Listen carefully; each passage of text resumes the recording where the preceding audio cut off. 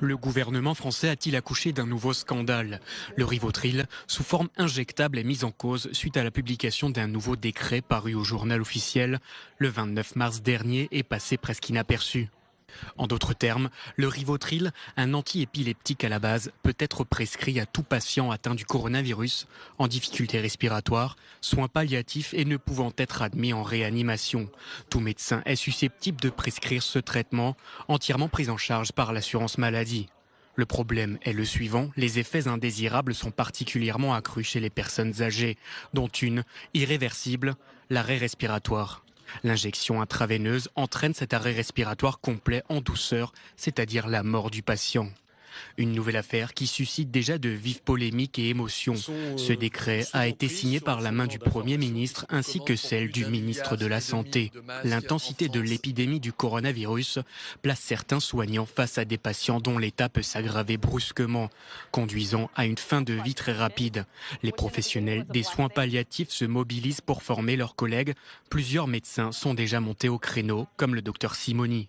Les soins palliatifs ont pour mission d'améliorer la qualité de vie des patients atteints d'une maladie évolutive grave ou mettant en jeu le pronostic vital ou en phase avancée et terminale. Ils n'ont pas vocation à accélérer un tri barbare et arbitraire de patients par des médecins à qui on aurait refusé en amont les moyens du diagnostic et du traitement. En ces temps où les services de réanimation sont surchargés, le débat fait rage. Doit-on laisser mourir les patients sous nos yeux ou doit-on adoucir leur mort? Bonsoir à tous.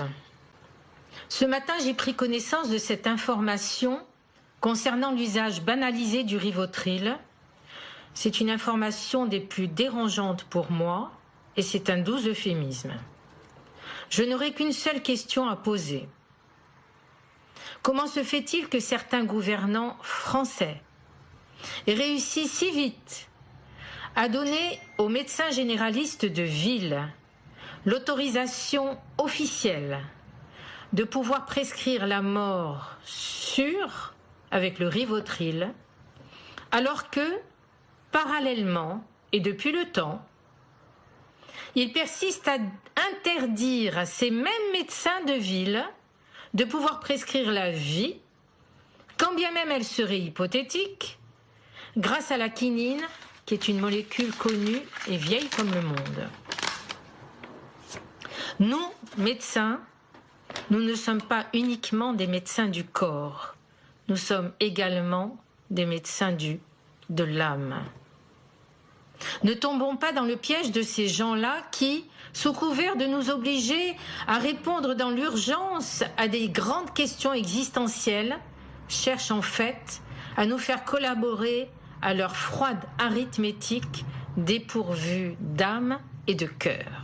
Et pour vous, d'un côté, on a le gouvernement qui interdit la possibilité d'une option pourtant cautionnée par un grand scientifique, le docteur Raoult, et d'un autre côté, on a l'autorisation d'abréger la vie de quelqu'un.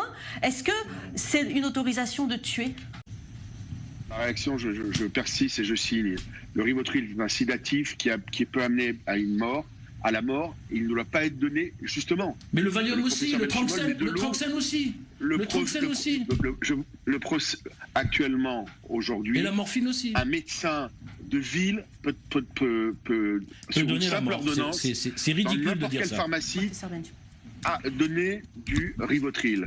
Les dizaines de médecins qui m'ont appelé, qui sont au moins aussi compétents que le professeur Benchimol, pour qui, encore une fois, j'ai du respect, m'ont dit exactement l'inverse.